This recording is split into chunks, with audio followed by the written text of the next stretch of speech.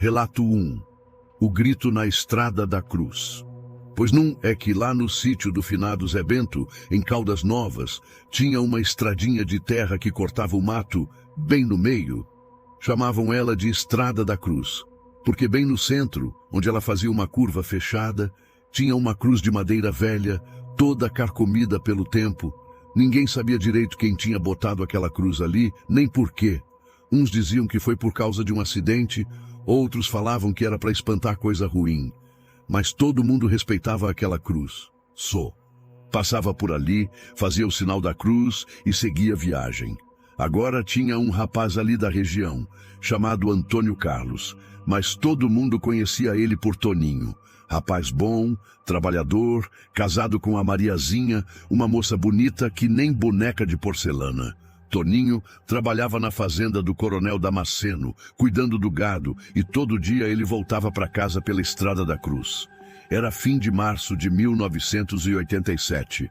Lembro bem porque foi no mesmo ano que meu compadre Joaquim morreu. Toninho estava voltando do trabalho, já eram umas 8 da noite, escuro que nem boca de lobo. Ele vinha a pé mesmo, que naquele tempo era difícil ter carro, né, meu filho? Quando ele chegou perto da curva da cruz, ouviu um grito que gelou até a medula dos ossos. Um grito de desespero, de dor, que parecia vir do fundo da terra. Toninho parou na hora, o coração batendo que nem tambor de macumba. "Quem é? Quem tá aí?" Ele gritou, mas só o vento respondeu. Ficou ali parado uns 5 minutos, prestando atenção mais nada. Pensou que fosse imaginação e seguiu o caminho. Mas quando passou pela cruz, o grito veio de novo, mais alto, mais desesperado. Dessa vez, Toninho viu um vulto branco do lado da cruz, parado que nem estátua. O cabra ficou branco feito vela, as pernas tremendo que nem vara verde, mas como era corajoso, resolveu chegar mais perto. E foi quando viu que não era vulto, não. Era uma mulher toda de branco, ajoelhada na frente da cruz, chorando que parecia que o mundo ia acabar. "Ô moça, a senhora está precisando de ajuda?" Toninho perguntou, chegando devagar. A mulher levantou a cabeça e Toninho nunca mais esqueceu aquele rosto. Era uma moça nova, bonita, mas com os olhos tão tristes que dava vontade de chorar junto. E o mais estranho, ela parecia transparente, como se fosse feita de fumaça. Ele prometeu que ia voltar. Ela disse, com uma voz que parecia vir de longe. "Mas já faz 20 anos que eu espero." Toninho ficou ali, sem saber o que fazer. A moça continuou. "Meu nome é Helena. Eu morri aqui, nessa estrada, esperando meu noivo voltar da guerra. Ele disse que ia casar comigo quando voltasse, mas nunca mais apareceu. E eu fiquei aqui esperando. O rapaz sentiu um frio na espinha. "Guerra? Que guerra?" Mas antes que pudesse perguntar, a moça começou a sumir, que nem fumaça no vento. "Não me deixe sozinha, não me deixe!" ela gritou, e o grito ecoou pela estrada toda. Toninho saiu correndo dali, que nem diabo que a cruz não quer. Chegou em casa ofegante, suando frio, e contou tudo para Mariazinha. A mulher dele ficou preocupada, mas achou que era coisa da cabeça dele. Mas no dia seguinte, Toninho procurou o seu Manuel, o homem mais velho da região, para contar o que tinha acontecido. E foi aí que descobriu a verdade. "Ô, Toninho, essa história eu conheço sim", disse seu Manuel, balançando a cabeça. "Meu pai contava que lá pelos anos 1960 tinha uma moça chamada Helena, que morava numa casinha perto da estrada. Ela era noiva de um rapaz que foi chamado para a guerra, não lembro bem qual. Ele prometeu que ia voltar e casar com ela." "E voltou?" Toninho perguntou, já imaginando a resposta. Nunca mais se soube dele. Helena ficou esperando, até que um dia ela saiu de casa com o vestido de noiva, disse que ia encontrar com ele na estrada. Encontraram ela no outro dia, morta, bem embaixo daquela cruz. Dizem que ela morreu de desgosto, de tanto esperar. Toninho sentiu um arrepio subir pela espinha. E a cruz? A família dela que botou para marcar o lugar onde ela morreu. E desde então, todo mundo que passa ali de noite ouve o grito dela, vê ela esperando. Daquele dia em diante, Toninho mudou o caminho de casa. Dava uma volta grande, mas não passava mais pela estrada da cruz. Dizia que não conseguia esquecer aqueles olhos tristes, aquela voz pedindo para não deixar ela sozinha. E sabe o que é mais estranho, meu filho? Anos depois, em 1995, apareceu na cidade um velho, meio gagá, perguntando por uma moça chamada Helena. Dizia que tinha vindo da guerra, que tinha prometido casar com ela. Quando contaram para ele que ela tinha morrido há mais de 30 anos, o velho chorou que nem criança. Eu prometi que ia voltar. Ele repetia. Eu prometi. Levaram o velho até a cruz e quando ele viu, caiu de joelho no chão pedindo perdão. E conta quem estava lá que naquela noite, pela primeira vez em décadas, ninguém ouviu grito nenhum na estrada da cruz. Dizem que Helena tinha encontrado a paz, que tinha ouvido o pedido de perdão que esperava há tanto tempo. Mas, meu filho, promessa é dívida sagrada. Quem promete e não cumpre, carrega o peso na consciência. E, às vezes, esse peso fica assombrando até depois da morte.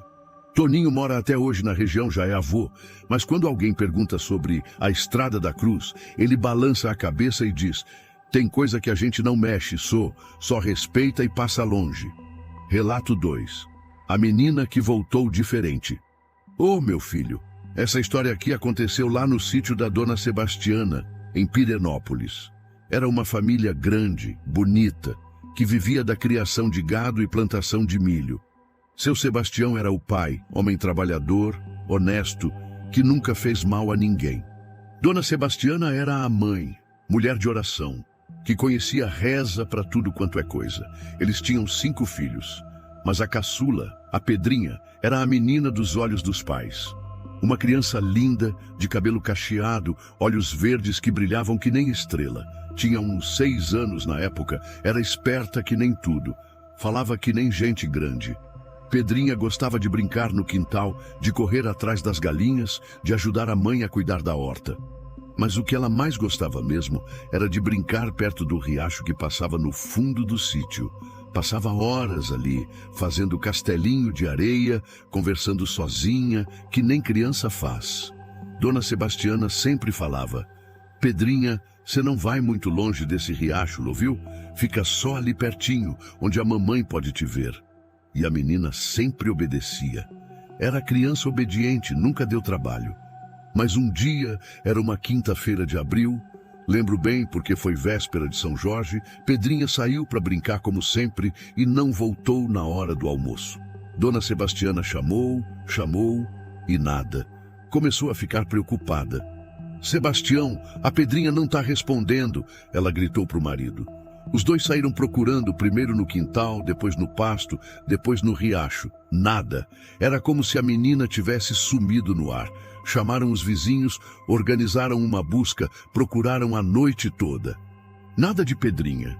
Passaram 3 dias assim, a família toda desesperada, a mãe chorando sem parar, o pai percorrendo toda a região. Até que no 4º dia, de manhã cedinho, Dona Sebastiana ouviu um barulho na cozinha. Quando ela desceu para ver o que era, quase caiu para trás. Lá estava Pedrinha, sentada na mesa da cozinha, comendo um pão com manteiga, que nem se nada tivesse acontecido. Pedrinha, minha filha, onde você estava? Dona Sebastiana gritou, correndo para abraçar a menina. Mas quando chegou perto, algo não estava certo. Pedrinha estava limpa, sem um arranhão, com a mesma roupa que tinha saído. Mas os olhos eram diferentes. Não brilhavam mais como antes. Eram olhos vazios, sem vida. Oi, mamãe, Pedrinha disse, com uma voz que não parecia dela. Era a mesma voz, mas diferente, mais fria, mais distante. Onde você estava, minha filha? A mamãe procurou você em todo lugar. Eu estava brincando, Pedrinha respondeu, sem olhar nos olhos da mãe. Estava brincando com meus amigos. Que amigos, filha? Que amigos? Os amigos da mata, eles me chamaram para brincar. Dona Sebastiana sentiu um frio no coração. Que amigos eram esses? Pedrinha nunca tinha falado de amigos da mata antes. Seu Sebastião chegou correndo quando soube que a filha tinha aparecido. Abraçou a menina, chorando de alegria, mas também notou que algo estava estranho. Pedrinha não sorria mais, não falava muito, só ficava ali, parada, olhando para o nada. Nos dias que seguiram, a mudança ficou mais clara. Pedrinha não brincava mais como antes. Ficava horas sentada no quintal, olhando para o mar, se estivesse esperando alguma coisa. Quando a mãe perguntava o que ela estava fazendo, ela sempre dizia a mesma coisa. Tô esperando meus amigos me chamarem. E o mais estranho, ela começou a saber coisas que não devia saber. Coisas de gente grande, segredos de família, coisas que tinham acontecido antes dela nascer. Um dia, ela chegou na dona Sebastiana e disse: Mamãe, por que a senhora nunca contou que teve outro bebê antes de mim? Dona Sebastiana ficou branca que nem papel. Era verdade, ela tinha perdido um bebê antes de Pedrinha nascer, mas nunca tinha contado para ninguém, nem para o marido. Como a menina podia saber? Ele tá lá com meus amigos, Pedrinha continuou. Ele disse que a senhora chorou muito quando ele foi embora. A mãe saiu correndo dali desesperada. Procurou a benzedeira da região, Dona Aparecida, uma mulher que entendia dessas coisas. Dona Aparecida, minha filha voltou diferente. Ela sabe coisas que não devia saber, fala coisas estranhas. A benzedeira ouviu tudo, balançou a cabeça e disse: Traga a menina aqui amanhã, no fim da tarde, e não deixe ela sozinha, nem por um minuto. No dia seguinte, levaram Pedrinha para a casa da benzedeira.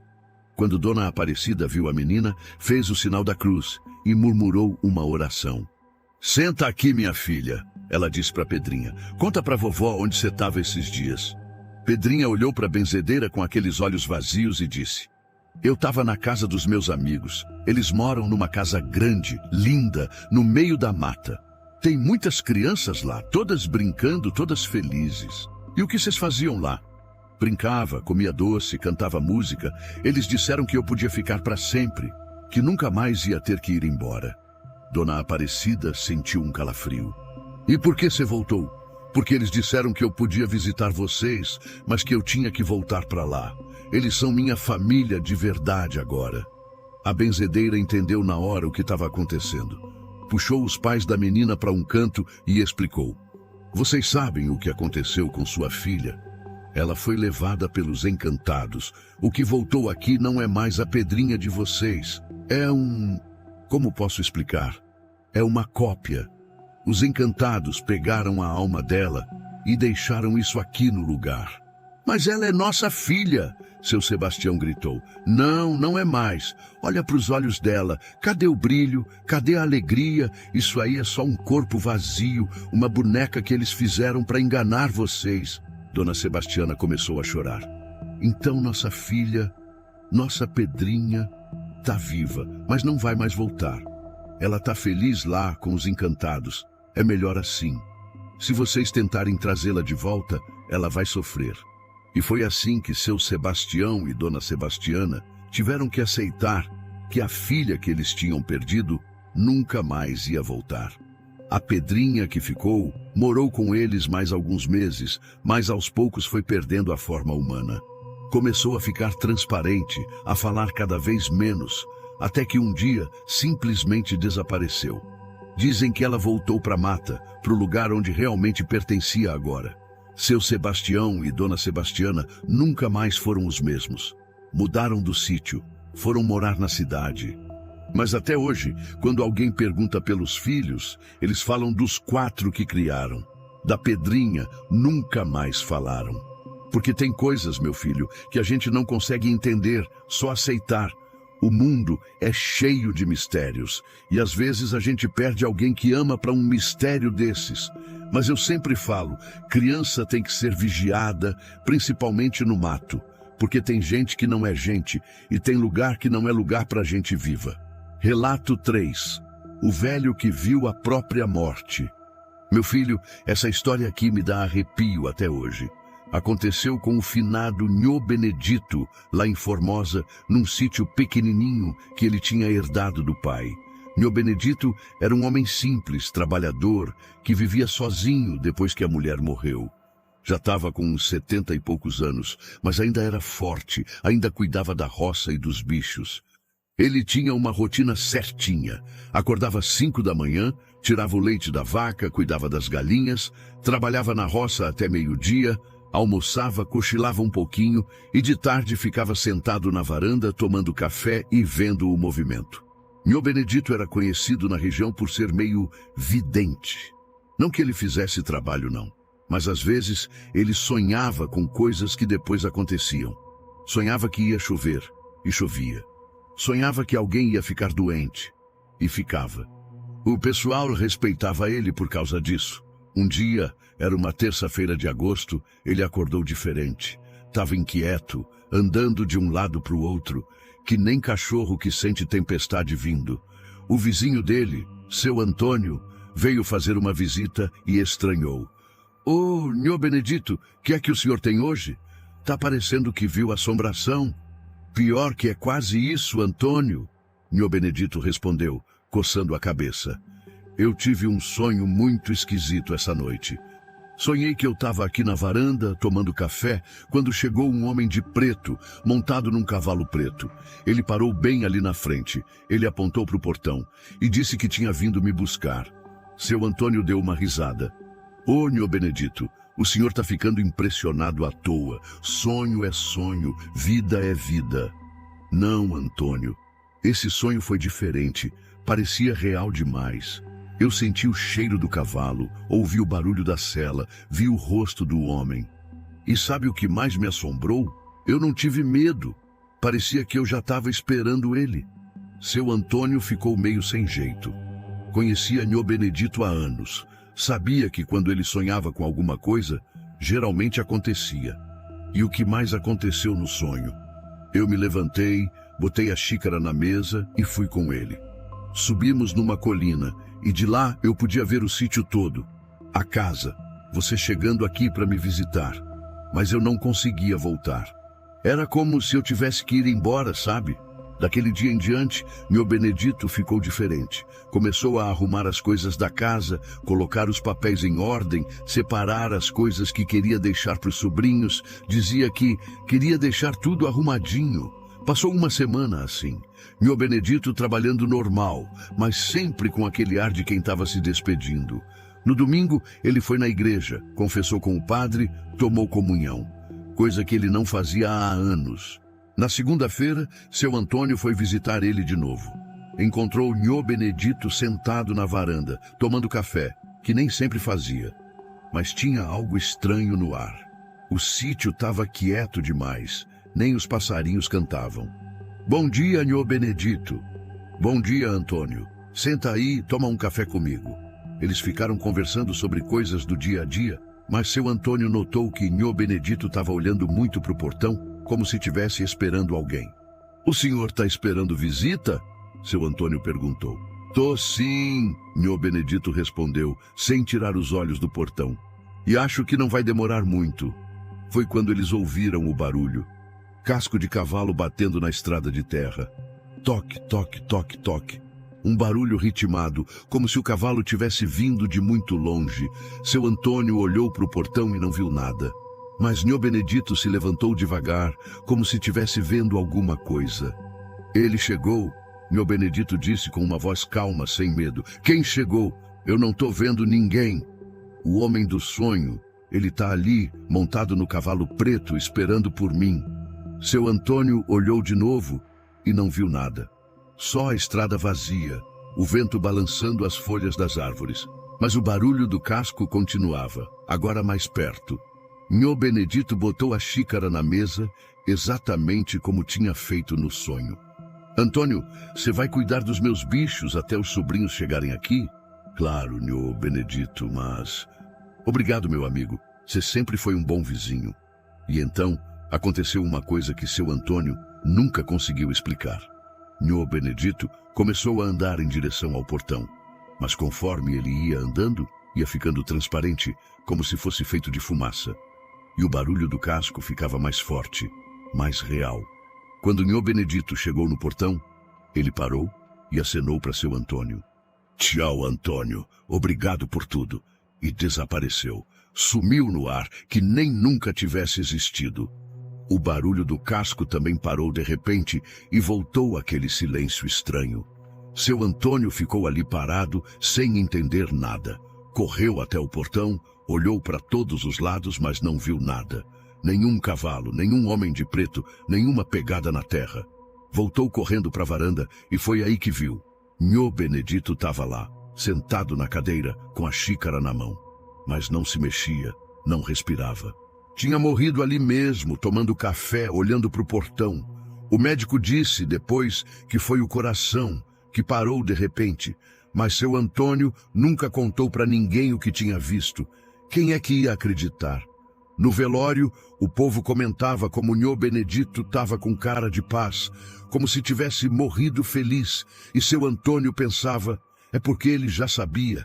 Ele viu a própria morte no sonho e se preparou para ela. Dizem que tem gente que nasce com esse dom de ver o que vai acontecer. E às vezes a gente vê a própria morte chegando. Não é para ter medo, não. É só um aviso para a gente se preparar, para a gente se despedir direito. Nhô Benedito morreu em paz porque tinha aceito o que ia acontecer. Ele viu a morte dele no sonho e não lutou contra ela. Só se preparou e esperou. E sabe o que é mais curioso, meu filho? Depois que Nhô Benedito morreu, seu Antônio começou a escutar aquele barulho de casco de cavalo toda semana, sempre na segunda-feira, no mesmo horário. Como se o homem de preto passasse ali, fazendo sua ronda, mas agora ele não parava mais, passava direto, porque já tinha feito o trabalho dele. Relato 4. A benzedeira e o pacto quebrado. Oh, meu filho, essa história aqui é de fazer o cabelo ficar em pé. Aconteceu lá em Catalão, com uma benzedeira famosa chamada Dona Quitéria. Ela era conhecida em toda a região por curar tudo: espinhela caída, cobreiro, quebranto, mal-olhado, dor de cabeça, problema no peito. Não tinha doença que ela não desse jeito. Dona Quitéria era uma mulher pequenina, toda enrugadinha, com uns olhos azuis que pareciam ver além da gente. Devia ter uns 80 anos, mas era ligeira que nem menina. Morava numa casinha simples, nos fundos da cidade, rodeada de plantas medicinais: arruda, guiné, peão roxo, erva cidreira, boldo, um jardim que parecia farmácia. Todo dia tinha gente na porta da casa dela. Vinha gente de longe, de outros estados até, procurando a cura que os médicos não conseguiam dar. E Dona Quitéria nunca cobrava nada. Recebia só o que o povo queria dar: uma galinha, uns ovos, um saco de feijão, uma bênção. Mas tinha uma coisa que o pessoal não sabia sobre Dona Quitéria. Ela tinha um pacto, não com o diabo, não pense em besteira. Era um pacto com os espíritos bons, com as entidades que protegem os que fazem o bem. Quando ela era nova, ainda aprendendo o ofício com a mãe dela, ela tinha feito uma promessa: eu vou usar esse dom só para fazer o bem. Nunca vou cobrar dinheiro por uma benzeção. Nunca vou usar a força que me foi dada para prejudicar ninguém. E quando chegar a minha hora, vou passar o conhecimento para alguém que mereça. E durante mais de 50 anos, Dona Quitéria cumpriu essa promessa. Benzeu, curou, ajudou, sempre sem pedir nada em troca. Mas o tempo foi passando, ela foi ficando mais velha, mais cansada, e não conseguia encontrar ninguém para passar o conhecimento. Tinha tentado ensinar algumas pessoas, mas ou não tinham o dom, ou não tinham a paciência, ou queriam usar o conhecimento para ganhar dinheiro. E isso ela não podia permitir. O pacto era claro: o dom tinha que ser usado só para fazer o bem. Em 1989, apareceu na porta dela uma moça jovem, bonita, chamada Lúcia.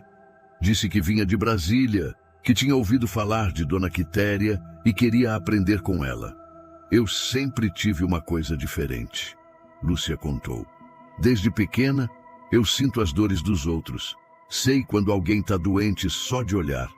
Minha avó dizia que eu tinha o dom, mas nunca me ensinou nada. Dona Quitéria olhou bem nos olhos da moça e viu que era verdade. Ela tinha o dom, sim, mas tinha algo mais, algo que a benzedeira não conseguia identificar direito. Você está disposta a aprender de verdade? Porque não é brincadeira, não. É responsabilidade grande, é compromisso para a vida toda. Tô sim, Dona Quitéria. Eu quero ajudar as pessoas igual a senhora. E assim começou o aprendizado de Lúcia. Ela ficou morando com Dona Quitéria, aprendendo as rezas, as plantas, os rituais. Era inteligente, decorava tudo rapidinho, tinha jeito para lidar com as pessoas. Dona Quitéria ficou feliz, pensando que finalmente tinha encontrado alguém para continuar o trabalho. Mas conforme os meses passaram, ela começou a perceber umas coisas estranhas em Lúcia. A moça perguntava muito sobre como fazer trabalho para prejudicar alguém, como amarrar homem, como dar azar para os inimigos. Quando Dona Quitéria explicava que essas coisas eram proibidas, que iam contra o pacto, Lúcia concordava, mas o brilho no olho dela mudava. Um dia, Dona Quitéria pegou Lúcia conversando com um homem no quintal, um homem que ela não conhecia, todo de preto, com uns olhos estranhos. Quando ela chegou perto, o homem desapareceu que nem fumaça. Quem era aquele homem, Lúcia? Que homem? Não tinha ninguém aqui não, Dona Quitéria. Mas a benzedeira não era boba. Ela sabia que tinha visto alguma coisa e começou a prestar mais atenção em Lúcia. Foi quando descobriu que a moça estava fazendo trabalhos escondido. Trabalhos para os quais ela cobrava, e caro. Trabalhos para separar casamento, para dar azar para os outros, para amarrar homem casado. Tudo que era contra o pacto. Dona Quitéria ficou desesperada. Ela tinha ensinado tudo para Lúcia. Tinha passado segredos que guardava há décadas. E agora a moça estava usando tudo isso para o mal. Lúcia, você sabe que não pode fazer essas coisas. Você prometeu que ia usar o dom só para fazer o bem.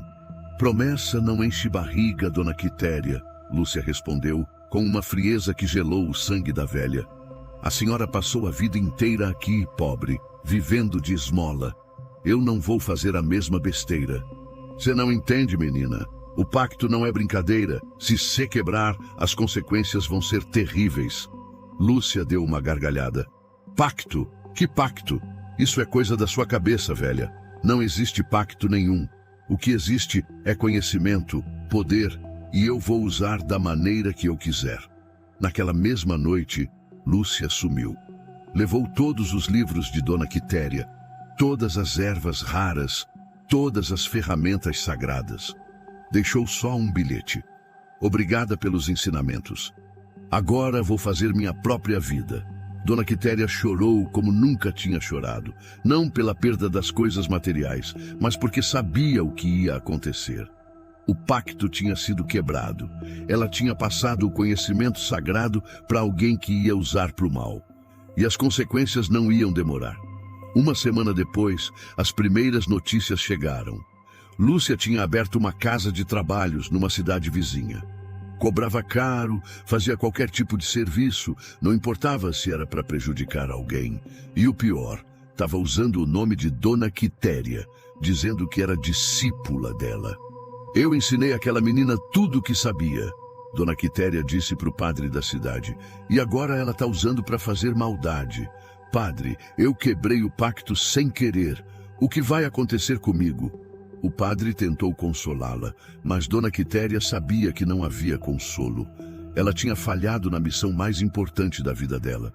2 meses depois, chegaram notícias piores. Lúcia estava fazendo trabalhos cada vez mais pesados, cada vez mais perigosos. Já tinha separado 3 casamentos, já tinha feito uma mulher ficar doente, já tinha amarrado um homem que quase enlouqueceu. E cobrava cada vez mais caro. Mas as entidades que protegiam Dona Quitéria não iam deixar passar. Uma noite, a velha benzedeira acordou com um vento estranho na casa. Um vento que não mexia as cortinas, mas gelava até os ossos. Quitéria. Uma voz sussurrou no escuro. O pacto foi quebrado. Eu sei, ela respondeu tremendo. Eu sei que errei. O que vocês querem de mim? Você deve consertar o que foi quebrado. Deve parar a menina antes que seja tarde demais. Mas como? Ela não me escuta mais. Você sabe como. E Dona Quitéria sabia mesmo. Havia um jeito de quebrar o poder que Lúcia tinha recebido, de fazer com que todos os trabalhos dela voltassem contra ela mesma. Mas era perigoso. Podia custar a própria vida. No dia seguinte, Dona Quitéria começou o ritual. 3 dias e 3 noites, sem comer, sem dormir, só rezando, só trabalhando para desfazer o mal que tinha sido feito. No 3º dia, ela desmaiou de exaustão. Quando acordou, soube que tinha funcionado. Lúcia tinha aparecido na cidade vizinha, completamente louca, gritando que elas estavam atrás dela. Todas as maldades que ela tinha feito voltaram para ela multiplicadas. Os casamentos que ela tinha separado, ela nunca mais conseguiu manter um relacionamento. A doença que ela tinha botado numa mulher pegou nela mesma. A loucura que ela tinha causado num homem virou a loucura dela. Internaram Lúcia num hospital psiquiátrico e ela nunca mais saiu. Ficou lá repetindo sempre a mesma coisa. Eu quebrei o pacto, eu quebrei o pacto. Dona Quitéria viveu mais 5 anos depois disso. Nunca mais ensinou ninguém. Nunca mais passou o conhecimento adiante. Quando morreu, em 1994, levou todos os segredos com ela. Diziam que na hora da morte, ela sorriu, porque finalmente tinha cumprido o pacto até o fim. E sabe o que aconteceu com a casa onde Lúcia morava? Nunca mais ninguém conseguiu morar lá. Todo mundo que tentava ficava doente, tinha pesadelos ou simplesmente fugia no meio da noite. A casa está lá até hoje, abandonada, com as plantas do quintal crescendo selvagens. O povo da região diz que ainda dá para ouvir Lúcia gritando à noite. Eu quebrei o pacto, eu quebrei o pacto. E quem passa por lá sente um frio na espinha, um peso no peito, como se tivesse alguém pedindo perdão. Essa história me ensinou uma coisa, meu filho. Conhecimento é poder, e poder vem com responsabilidade. Quem recebe um dom para fazer o bem e usa para fazer o mal, paga o preço. E às vezes, o preço é alto demais para pagar. Dona Quitéria errou ao confiar em Lúcia, mas no final, ela consertou o erro. Pagou com a própria vida para proteger o povo da maldade que ela tinha, sem querer, soltado no mundo. Relato 5. A festa que virou tragédia. Meu filho, essa história aqui aconteceu numa fazenda grande, lá perto de Lusiânia, no ano de 1983. Era a fazenda do coronel Argemiro, um homem rico, poderoso, que tinha muita terra e muito gado. Todo mundo na região conhecia ele, uns com respeito, outros com medo. O coronel Argemiro não era homem fácil, não. Era daqueles que não levava desaforo para casa, que resolvia as coisas na base da força. Mas também era homem de palavra, que ajudava quem trabalhava direito para ele, só não perdoava a traição. Ele tinha um filho único, o Argemirinho, um rapaz de uns 25 anos, bonito, educado, que tinha estudado na capital. Era a alegria do velho, o herdeiro de tudo que ele tinha construído. E por isso mesmo, o coronel fazia questão de que o filho se casasse bem, com uma moça de família boa. Já tinha até escolhido a noiva, Dona Laurinda, filha do fazendeiro vizinho, uma moça educada, bonita, de família tradicional. Os 2 coronéis já tinham acertado tudo, só faltava oficializar o noivado. Mas Argemirinho tinha outros planos. Ele estava apaixonado perdidamente por uma moça da cidade, a Rosinha, filha do sapateiro. Uma moça linda, alegre, mas pobre.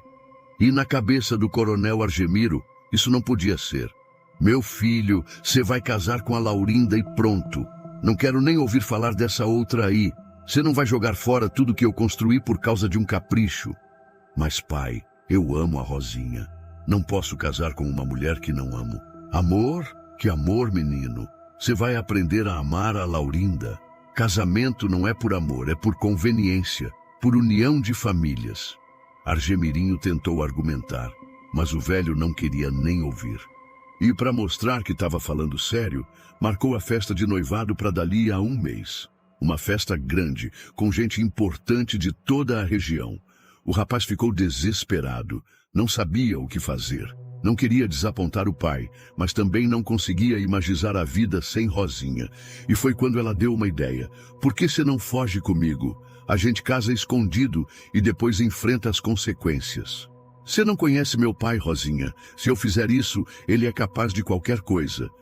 Então a gente finge que aceita a festa, mas na hora H, você me leva embora.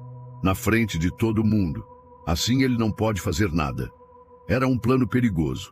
Mas Argemirinho estava tão desesperado que topou. Combinou com Rosinha que ela ia aparecer na festa, bem na hora da oficialização do noivado, e os dois iam embora juntos. A festa foi marcada para um sábado de setembro. O coronel Argemiro não poupou dinheiro. Contratou os melhores músicos da região, mandou fazer comida para 300 pessoas, decorou a fazenda toda. Ia ser a festa do ano. Veio gente de todo lugar, fazendeiros, políticos, comerciantes, autoridades, todo mundo bem vestido, todo mundo importante. A noiva, Dona Laurinda, estava linda, com um vestido branco bordado que nem princesa. A festa começou no fim da tarde. Tinha viola, sanfona, quadrilha, muito forró. O pessoal dançando, bebendo, se divertindo, tudo perfeito, tudo como o coronel queria. Quando chegou a hora da oficialização do noivado, umas 9 da noite, o coronel Argemiro chamou todo mundo para o terreiro. Fez um discurso bonito, falando da união das famílias, do futuro promissor dos noivos. Todo mundo aplaudindo, todo mundo feliz. Agora, disse o coronel, meu filho vai colocar o anel na noiva e oficializar esse noivado. Foi quando Argemirinho se levantou, branco que nem papel, as mãos tremendo. E em vez de pegar o anel, ele olhou para o portão da fazenda e gritou: Rosinha, vem cá, meu amor! E apareceu ela, linda que nem uma rosa, correndo em direção ao terreiro. Todo mundo ficou em silêncio, sem entender nada. O coronel Argemiro ficou roxo de raiva. Pai, eu não posso casar com Dona Laurinda, Argemirinho disse alto para todo mundo ouvir. Eu amo a Rosinha e é com ela que eu vou casar. Pegou a mão da moça e começou a andar em direção ao portão. O povo todo murmurava. Dona Laurinda começou a chorar. E o coronel Argemiro pegou a espingarda que estava encostada na parede da casa. Se você sair por esse portão com essa mulher, ele gritou, apontando a arma para o filho, você não é mais meu filho, e se não é meu filho, é meu inimigo. Argemirinho parou, se virou e olhou para o pai nos olhos. Então que seja, pai, eu prefiro ser seu inimigo a ser infeliz pro resto da vida. E continuou andando de mãos dadas com Rosinha. O coronel, cego de raiva, puxou o gatilho. O tiro ecoou pela fazenda inteira. Argemirinho caiu no chão, com um buraco no peito, sangue espalhando pela terra. Rosinha gritou, se jogou em cima dele, chorando que parecia que o mundo ia acabar. Argemirinho, meu amor, não morre, não me deixa. Mas já era tarde. O rapaz morreu ali mesmo, no terreiro da fazenda, na frente de 300 pessoas, no dia que deveria ser o mais feliz da vida dele. O silêncio que desceu sobre aquela festa foi o silêncio mais pesado que eu já ouvi falar.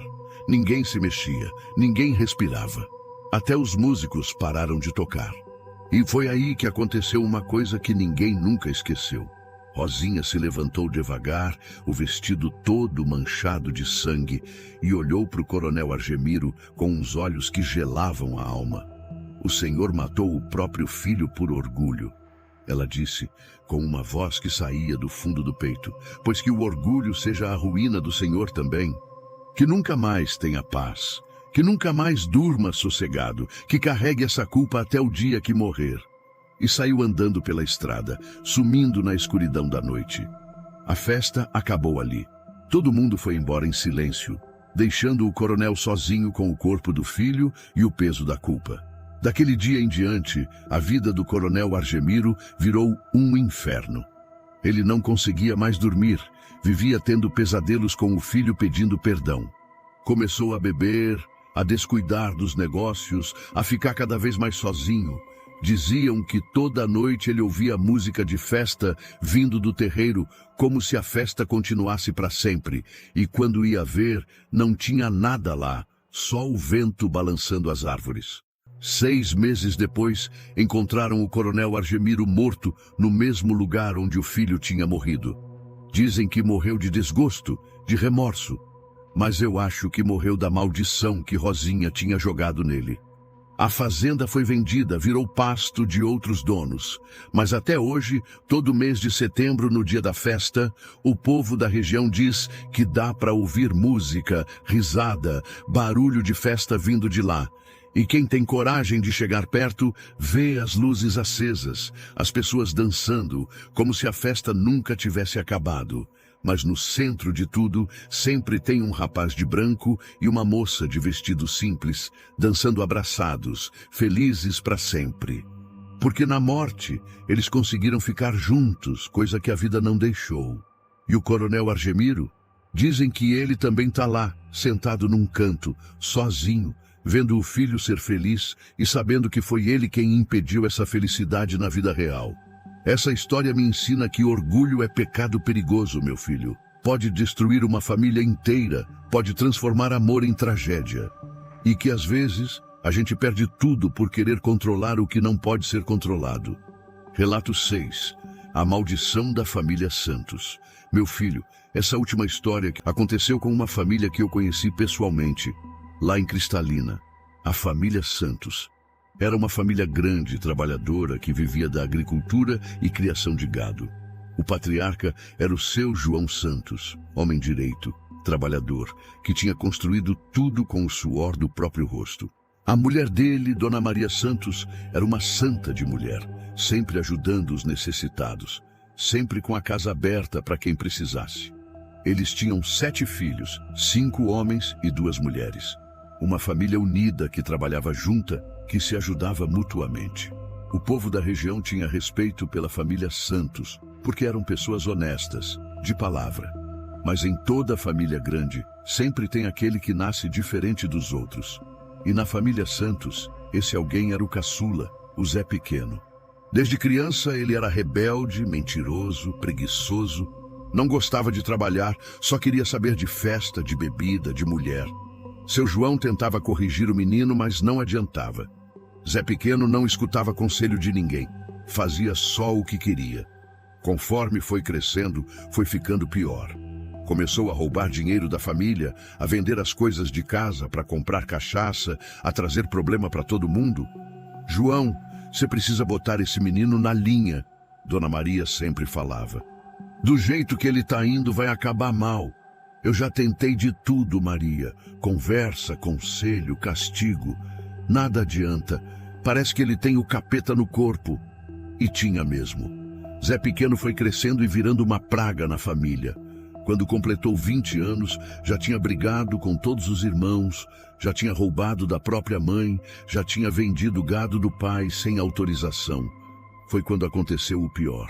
Numa festa na cidade, Zé Pequeno se envolveu numa briga e matou um rapaz. Foi legítima defesa, segundo ele, mas todo mundo sabia que ele tinha provocado a confusão. Foi preso, julgado e condenado a 15 anos de cadeia. Seu João ficou arrasado, não pela vergonha, mas pela dor de ver o filho tomando aquele rumo. Dona Maria chorava todo dia, pedindo a Deus para iluminar o coração do menino. Mas Zé Pequeno, mesmo na cadeia, não mudou. Pelo contrário, ficou pior. Aprendeu coisas ruins lá dentro, fez amizade com um bandido perigoso, planejou vingança contra a própria família. Vocês me abandonaram, ele escrevia nas cartas. Vocês me jogaram aqui e esqueceram de mim. Mas eu vou voltar, e quando voltar, vocês vão pagar por tudo que me fizeram. A família ficava assombrada com aquelas cartas. Como assim eles tinham abandonado ele? Eles iam visitar todo mês, levavam comida, roupa, dinheiro. Mas na cabeça doente de Zé Pequeno, eles eram os culpados por tudo. Em 1991, depois de 8 anos preso, Zé Pequeno saiu da cadeia, mas não voltou para casa. Sumiu no mundo, ninguém sabia onde ele estava, o que estava fazendo. De vez em quando chegavam notícias de que ele tinha sido visto numa cidade ou outra, sempre metido em confusão. A família tentou seguir a vida normalmente, mas sempre com aquela preocupação, aquele medo do que podia acontecer. E a desgraça não demorou muito para chegar. Primeiro foi o irmão mais velho, o Antônio. Morreu num acidente de caminhão, numa estrada que ele conhecia como a palma da mão. Acidente estranho, que ninguém soube explicar direito. 2 meses depois, foi a irmã mais nova, a Terezinha. Morreu de uma doença súbita, uma febre que nenhum médico conseguiu diagnosticar. Morreu em 3 dias, sofrendo muito. A família começou a ficar desesperada. 2 mortes em 2 meses, na mesma família. Coincidência demais. Foi quando chegou a carta. Uma carta de Zé Pequeno, escrita com letra torta, cheia de ódio. Já morreram 2. Vão morrer todos um por um, até sobrar só eu. Aí vocês vão saber o que é ficar sozinho, igual vocês me deixaram. Seu João ficou branco quando leu a carta. Dona Maria desmaiou na hora. Como o próprio filho podia desejar a morte da família inteira. Isso não é mais nosso filho, seu João disse para os outros filhos. Isso é um demônio que tomou o corpo dele. A família foi procurar ajuda. Primeiro foi no padre, que rezou uma missa especial, benzeu a casa toda, deu água benta para todo mundo. Depois foi numa benzedeira famosa que fez trabalho de proteção, deu patuá para cada um usar. Mas não adiantou nada. 1 mês depois da carta, morreu o segundo filho, o José. Caiu de um cavalo mansinho que ele montava há anos, quebrou o pescoço na queda e chegou outra carta. Já são 3, faltam 4. A família entrou em pânico. Como ele sabia que José tinha morrido, como ele conseguia matar as pessoas à distância, foi quando Dona Maria teve uma revelação. Numa noite, ela sonhou com a própria mãe, que tinha morrido há anos. Maria, minha filha, seu menino fez um pacto com coisa ruim. Ele vendeu a alma para poder se vingar de vocês, mas tem um jeito de quebrar esse pacto. Como, mãe? Me ensina. Tem que ser o sangue de quem mais ama ele. Só o amor verdadeiro pode quebrar o ódio. Mas vai custar caro, muito caro. Dona Maria acordou sabendo o que tinha que fazer. Ela ainda amava Zé Pequeno, apesar de tudo. Ele era seu filho, seu caçulinha, mesmo tendo virado o que virou. No dia seguinte, ela reuniu a família e contou o sonho. Eu vou procurar ele, ela disse. Vou tentar quebrar essa maldição. Não, Maria, seu João gritou. É perigoso demais, ele pode te matar. Se eu não tentar, ele vai matar todos vocês mesmo. Pelo menos assim, talvez eu consiga salvar o resto da família. E saiu pelo interior procurando o filho. Perguntava em todo lugar, seguia qualquer pista. Levou 3 meses até encontrar ele, num boteco numa cidade pequena, magro, sujo, com os olhos vermelhos de tanto beber. Zé Pequeno, ela chamou chegando devagar. Quando ele viu a mãe, os olhos dele brilharam com um ódio que não parecia humano. O que você veio fazer aqui? Veio me entregar para a polícia? Vim te pedir perdão, meu filho. Perdão por tudo que fizemos de errado com você. E Dona Maria se ajoelhou ali mesmo, na frente do boteco, na frente de todo mundo, pedindo perdão para o próprio filho. Zé Pequeno ficou confuso. Não esperava aquilo. A mãe dele se humilhando, chorando, pedindo perdão. Eu te amo, meu filho. Apesar de tudo, eu te amo. Você é meu caçula, meu menino, e eu prefiro morrer a ver você destruindo nossa família. E foi aí que aconteceu o milagre. Zé Pequeno começou a chorar. Chorar que nem criança, que nem fazia anos que não chorava. Todo aquele ódio, toda aquela raiva começou a sair dele junto com as lágrimas. Mãe, o que eu fiz? O que eu virei? Não importa o que você fez, meu filho. Importa o que você vai fazer a partir de agora. E ele contou tudo. Como tinha encontrado um homem estranho na cadeia, que tinha prometido dar poder para ele se vingar da família. Como tinha aceito o pacto, vendido a alma em troca da vingança. Como não conseguia mais parar, mesmo querendo. Mas agora eu quero parar, mãe. Eu não quero mais fazer mal para ninguém. Como eu faço para desfazer isso? Dona Maria sabia que o preço seria alto, mas se fosse para salvar a família, ela pagaria qualquer preço. Tem um jeito, meu filho, mas vai custar minha vida. E ela explicou o que tinha que ser feito. Era um ritual perigoso, que transferia a maldição para ela mesma. Ela morreria, mas a família ficaria livre. Não, mãe, eu não deixo. Deixa sim, meu filho. É o último presente que eu posso dar para vocês. E naquela mesma noite, Dona Maria fez o ritual. Morreu ali mesmo, nos braços do filho, sussurrando palavras de amor e perdão. Zé Pequeno voltou para casa com o corpo da mãe. Contou tudo para o pai e para os irmãos. Pediu perdão. Chorou junto com todo mundo. E a maldição foi quebrada. Não morreu mais ninguém da família Santos. Zé Pequeno mudou completamente, virou outro homem. Cuidou do pai até ele morrer de velhice. Trabalhou honestamente, constituiu família. Mas toda noite ele ia no túmulo da mãe para agradecer o sacrifício que ela fez. E jura que às vezes, quando o vento soprava certo, ele ouvia a voz dela dizendo: "Fica em paz, meu filho, agora você é livre." Essa história me ensina que o amor de mãe é a coisa mais poderosa que existe no mundo, meu filho. Mais forte que ódio, mais forte que vingança, mais forte que qualquer maldição.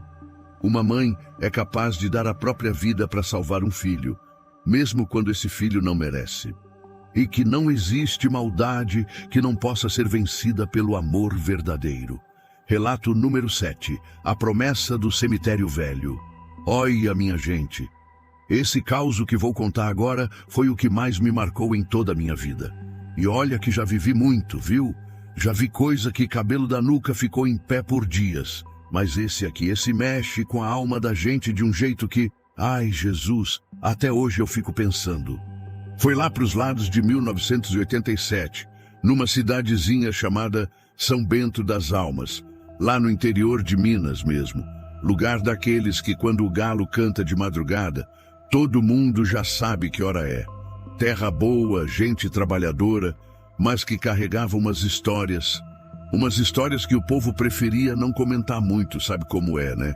Tinha um cemitério velho naquela cidade, bem antigo mesmo. Diziam que era de antes da abolição, quando ainda tinha escravo por essas bandas. Ficava numa colina meio afastado do centro, cercado por umas árvores grandes, dessas que fazem uma sombra escura, mesmo de dia claro.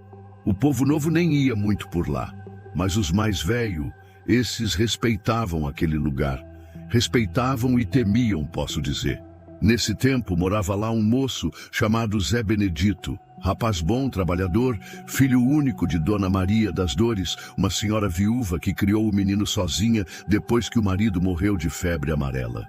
O Zé tinha uns 20 e poucos anos, forte que nem um touro, cabelo preto que nem azeviche e uns olhos que quando ele olhava para você, parecia que estava vendo sua alma. Dona Maria das Dores, coitada, estava ficando velhinha e meio adoentada. Diabetes, pressão alta, essas coisas que vão minando a gente aos poucos. E o Zé, que era filho dedicado, cuidava dela com todo o carinho do mundo. Levava ela no médico, fazia as compras, cozinhava quando ela não estava bem. Enfim, era daqueles filhos que qualquer mãe ia ficar orgulhosa. Mas aí, minha gente, as coisas começaram a complicar. Dona Maria foi piorando, até que num dia ela chamou o Zé e falou assim: "Meu filho, eu tô sentindo que meu tempo tá chegando." "Que isso, mãe? A senhora vai viver muito ainda." "Não, Zé, eu sei. E tem uma coisa que preciso pedir para você." O Zé se sentou do lado da cama dela, pegou na mão da véia, que estava fria, que nem pedra de gelo. "Fala, mãe. O que a senhora precisar, eu faço. Quando eu morrer, eu quero que você me enterre no cemitério velho. Não no novo que fizeram ali perto da igreja, no velho mesmo." O Zé ficou meio sem entender. "Mas mãe, ninguém mais enterra lá. Aquele lugar tá abandonado, cheio de mato." "É lá que eu quero ficar, meu filho. É lá que teu pai tá, que meus pais estão, que meus avós estão. Nossa família toda tá lá. E tem mais uma coisa." Ela apertou a mão dele com uma força que nem parecia que estava saindo de uma pessoa doente. "Você tem que me visitar toda sexta-feira, sem faltar nenhuma. Pode estar chovendo, pode estar fazendo sol, pode estar acontecendo o que for. Toda sexta-feira você vai lá, acende uma vela para mim e reza um Pai Nosso. Você promete?" O Zé, com os olhos cheios de lágrima, prometeu. Prometeu de coração, de alma, como filho que amava a mãe mais que tudo na vida. 3 dias depois, Dona Maria das Dores se foi. Morreu dormindo, tranquila, com um sorriso no rosto, que parecia que estava vendo alguma coisa boa do outro lado. O Zé fez como a mãe pediu.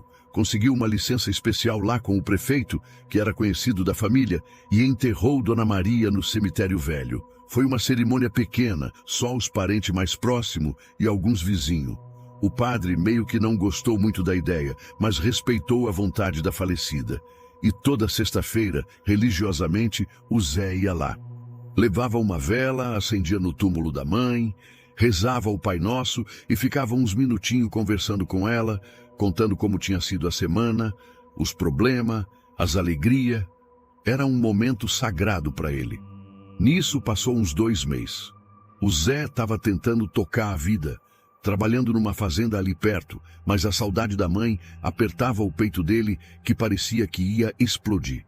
E aí, numa dessas sexta-feira, aconteceu uma coisa. Ele estava lá, ajoelhado no túmulo, rezando, quando ouviu uma voz. Zé. Ele olhou para todo lado, pensando que era alguém que tinha chegado, mas não tinha ninguém. O cemitério estava vazio, só ele e os mortos. Zé, meu filho. Dessa vez ele teve certeza. Era a voz da mãe dele, igualzinha, com aquele jeitinho carinhoso que ela tinha de falar o nome dele. O coração do rapaz disparou. Ele olhou para o túmulo e viu uma luz fraquinha saindo da terra, como se fosse uma vela acesa debaixo da terra. Mãe, ele sussurrou. Tô aqui, meu filho. Tô vendo que você está cumprindo sua promessa. A voz parecia vir de longe, como um eco, mas era ela, era a Dona Maria das Dores mesmo. Mãe, eu sinto tanto sua falta. Eu sei, Zé, mas você está sendo um bom filho. Continue vindo toda sexta, continue cumprindo sua promessa. É importante, meu filho, muito importante. E a luz se apagou. O Zé saiu de lá meio abalado, mas também meio consolado. Parecia que a mãe estava mesmo do outro lado, cuidando dele, acompanhando ele. Na sexta-feira seguinte, a mesma coisa aconteceu. A voz da mãe, a luzinha no túmulo, a conversa carinhosa. E o Zé foi se acostumando com aquilo, foi virando parte da rotina dele. Às vezes ele até esperava ansioso pela sexta-feira para poder conversar com a mãe. Mas aí, minha gente, a vida fez uma dessas pegadinhas que ela gosta de fazer. O Zé conheceu uma moça. Chamava Helena. Era de uma cidade vizinha. Tinha vindo para São Bento das Almas trabalhar na escola como professora. Moça bonita, estudiosa, cheia de sonho na cabeça. E o amor bateu no coração do Zé que nem raio. E ela também se interessou por ele, que era rapaz trabalhador, bonito e de bom coração. Começaram a namorar, e em pouco tempo já estavam falando em casamento. A Helena já sabia da história da mãe do Zé, sabia que ele ia toda sexta no cemitério e respeitava aquilo. Até achava bonito a dedicação dele. Marcaram o casamento para um sábado de outubro. Tava tudo organizado, igreja, festa, lua de mel. O Zé estava feliz que nem criança na véspera do Natal. Mas na sexta-feira antes do casamento, aconteceu uma situação. A Helena teve um problema na família dela, lá na cidade onde ela morava. O pai dela passou mal e foi internado às pressas. Ela ligou para o Zé, desesperada. Zé, meu pai está muito mal. Os médicos disseram que pode não passar da noite. Eu preciso ir para lá agora, hoje mesmo. Claro, Helena, vamos lá. Não, você não precisa ir comigo hoje. Tem que ficar aqui organizando as últimas coisas do casamento. Mas se você puder ir amanhã cedo... O Zé concordou. Levou ela na rodoviária, viu o ônibus partir e ficou pensando. Era sexta-feira. Ele tinha que ir no cemitério. Mas com toda aquela correria, toda aquela preocupação com o sogro, meio que esqueceu. Quando deu conta, já era quase meia-noite. Ele lembrou da promessa para a mãe e ficou numa agonia. Mas pensou, por uma vez só não vai fazer diferença. Amanhã eu explico para ela. Não foi. No sábado de manhã cedo, ele pegou o primeiro ônibus para a cidade da Helena. Quando chegou lá, recebeu a notícia de que o pai dela tinha melhorado durante a noite e estava fora de perigo.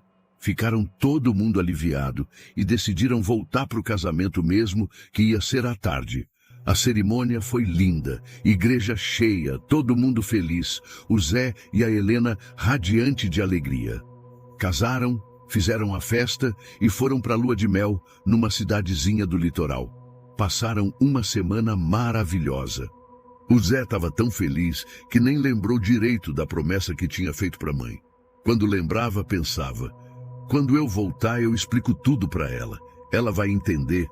Voltaram no domingo. Na segunda-feira, o Zé voltou ao trabalho. Na terça, na quarta, na quinta. E quando chegou sexta-feira, ele pensou em ir no cemitério. Mas a Helena sugeriu que fossem visitar os parentes dela de novo, já que o pai dela queria conhecer melhor o genro. E assim foi passando. Uma sexta, duas, três. O Zé sempre arrumando uma desculpa, sempre deixando para a próxima. A vida de casado estava boa demais. Ele estava trabalhando muito, construindo a casa nova, fazendo plano para o futuro. Até que numa noite, uns 2 meses depois do casamento, o Zé teve um sonho. Sonhou com a mãe dele, mas não era aquela voz carinhosa que ele ouvia no cemitério. Dessa vez, Dona Maria das Dores estava com uma cara triste, decepcionada. Zé, meu filho, você esqueceu de mim. Não, mãe, eu não esqueci, não. É que você prometeu, Zé. Você prometeu que não ia faltar nenhuma sexta-feira. Eu sei, mãe, mas uma promessa para mãe morta não se quebra, meu filho. Não se quebra nunca. O Zé acordou suado, com o coração disparado. Olhou para o lado, a Helena dormindo tranquila, e ele ficou ali pensando. Tinha mesmo deixado a promessa de lado. Tinha mesmo se esquecido da mãe. Na sexta-feira seguinte, ele resolveu ir. Disse para Helena que ia visitar o túmulo da mãe. Ela achou até bom. Disse que ia fazer um almoço especial para quando ele voltasse. Mas quando o Zé chegou no cemitério velho, levou um susto. O lugar estava diferente. Mais sombrio, mais pesado. O mato tinha crescido muito, estava tudo mais abandonado ainda. E quando ele chegou no túmulo da mãe, a cruz que ele tinha colocado lá estava torta. A lápide estava suja, cheia de musgo. E mais estranho ainda, tinha várias velas queimadas ao redor do túmulo, vela que ele não tinha acendido. Ele limpou tudo com cuidado, endireitou a cruz, acendeu uma vela nova e ajoelhou para rezar. Mas dessa vez não aconteceu nada. Não teve voz, não teve luz, nada. Só silêncio. Mãe, ele chamou baixinho. Mãe, eu tô aqui. Nada. Mãe, me perdoa por ter faltado. Eu sei que prometi, mas foi quando ele ouviu um barulho, como se alguém estivesse mexendo na terra do túmulo.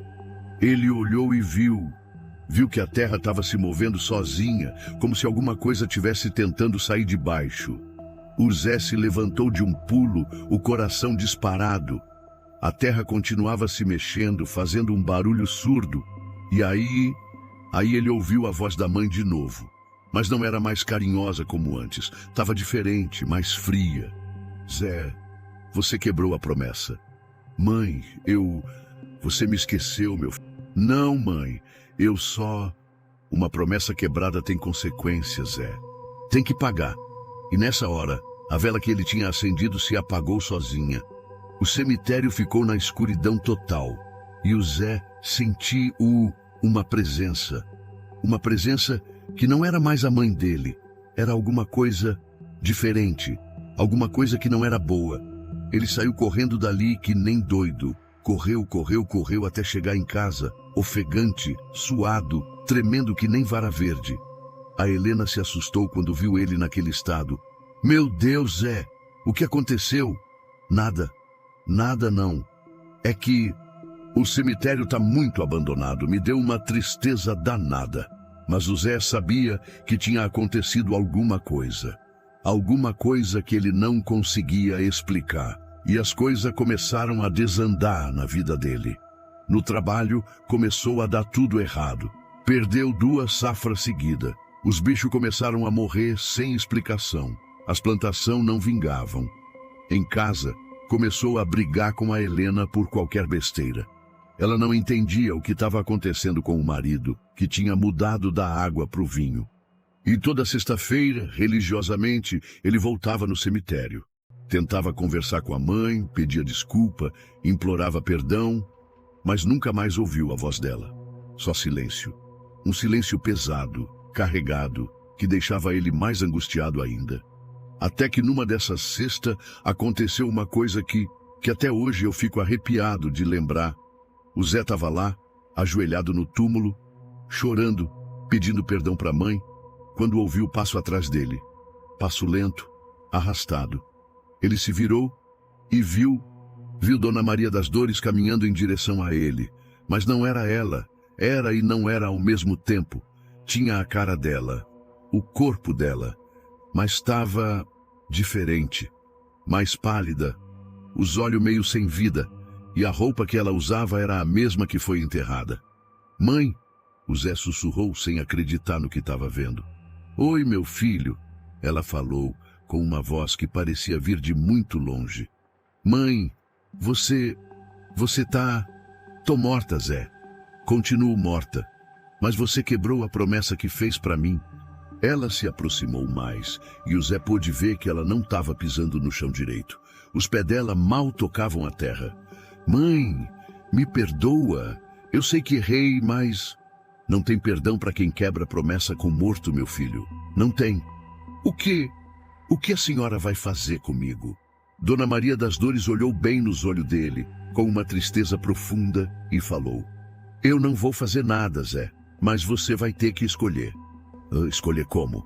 Ou você cumpre a promessa direito toda sexta-feira, pelo resto da sua vida, ou você vem comigo agora. O Zé sentiu o sangue gelar nas veias. Vir como, mãe? Pra ficar comigo, pra sempre, do jeito que eu tô agora. Mas eu sou vivo, por enquanto. Nessa hora, o Zé olhou ao redor e viu que não estava mais sozinho com a mãe. Tinha outras figuras ali, outras pessoas que ele reconheceu como parente que já tinham morrido. O avô, a avó, alguns tios, todo mundo com aquela mesma aparência, meio sem vida, meio transparente. Eles vieram buscar você, Zé, disse Dona Maria das Dores. Ou você fica com os vivos e cumpre sua palavra, ou vem com os mortos e fica aqui conosco. O Zé se ajoelhou no chão, desesperado. Mãe, eu prometo, eu juro que nunca mais vou faltar. Toda sexta-feira eu venho aqui, faça chuva ou faça sol. Você já prometeu uma vez e quebrou, meu filho. Mas agora é diferente, agora eu entendi, agora eu sei o quanto é importante. Dona Maria das Dores ficou olhando para ele por um tempo que pareceu uma eternidade. Os outros mortos também ficaram esperando, imóvel que nem estátua. Tá bem, ela disse finalmente, mas se você faltar mais uma vez só, você vem conosco na mesma hora. Entendeu? Entendi, mãe, eu juro. Então levanta e vai embora. E não esquece nunca mais. O Zé se levantou, meio tonto, meio sem acreditar no que tinha acontecido. Quando olhou de novo, não tinha mais ninguém lá. Só ele e os túmulos silenciosos. Mas ele sabia que não tinha sido sonho. Tinha sido real. Mais real que qualquer coisa que ele já tinha vivido na vida. Desse dia em diante, ele nunca mais faltou. Toda sexta-feira, sem exceção, ele ia no cemitério, chovendo, fazendo sol, doente, com saúde, brigado com a mulher, feliz com a vida. Não importava. Toda sexta-feira ele estava lá. A Helena, no começo, não entendia direito. Achava meio exagero, mas depois foi percebendo que aquilo era uma coisa sagrada para o marido. E respeitava. Com o tempo, as coisas na vida do Zé voltaram ao normal. O trabalho melhorou, o casamento se ajeitou, a vida foi seguindo seu rumo. Mas ele nunca mais esqueceu da promessa. Nunca mais. Ele viveu até os 80 e poucos anos. Criou filho, viu o neto nascer, teve uma vida longa e boa. Mas toda sexta-feira da vida dele, ele ia no cemitério velho visitar a mãe. Quando ele morreu, em 2005, foi enterrado bem do lado dela, no mesmo cemitério. E dizem que até hoje, toda sexta-feira, tem alguém que acende uma vela lá no túmulo dos dois. Mas isso já é outra história. E é isso então, meus filhos. Acabaram os causos de hoje. 6 histórias que aconteceram de verdade, com gente de carne e osso. Gente que viveu, amou, sofreu e se foi. Sabe, cada vez que eu conto essas histórias, eu fico pensando numa coisa. O interior tem seus mistérios, suas lições, seus ensinamentos. E a gente que nasceu e se criou no mato, a gente aprende desde cedo que tem coisa que não se explica, só se respeita.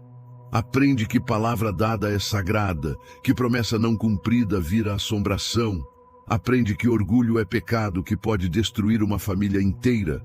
Aprende que quem brinca com coisa séria paga o preço caro. E aprende principalmente que o amor verdadeiro é mais forte que qualquer maldade. Esses causos que eu contei para vocês não são só histórias, não. São lições de vida, são avisos, são lembretes de que a gente tem que andar direito, ter respeito pelas coisas sagradas, cuidar da família, cumprir a palavra dada. Porque lá no fundo, lá no interior, longe da cidade grande, longe da correria, a gente ainda acredita que existe justiça, Pode não ser a justiça dos homens, mas existe uma justiça maior, que cobra de cada um o que fez de errado e recompensa quem fez o bem. E é por isso, meu filho, que eu falo sempre: respeita os mais velhos, que eles conhecem essas histórias. Respeita a terra, que ela guarda segredos que a gente nem imagina. Respeita a palavra dada, que ela tem poder maior do que a gente pensa. E respeita o amor verdadeiro, que ele é capaz de vencer qualquer maldade. O interior está cheio de mistérios, de assombrações, de histórias para arrepiar. Mas também está cheio de lições, de sabedoria, de coisa boa que a gente aprende quando para escutar. E agora, meus filhos, se você chegou até aqui, se ouviu todas essas histórias, eu quero que você faça uma coisa: conta para alguém. Conta para os seus filhos, para os seus netos, para os seus amigos, porque essas histórias só continuam vivas se a gente continuar contando. Se você já ouviu um caso parecido com esses, se você conhece uma história do interior que faz o sangue gelar, conta aí nos comentários. A gente quer saber, a gente quer escutar, porque cada família tem seus mistérios, cada lugar tem suas assombrações.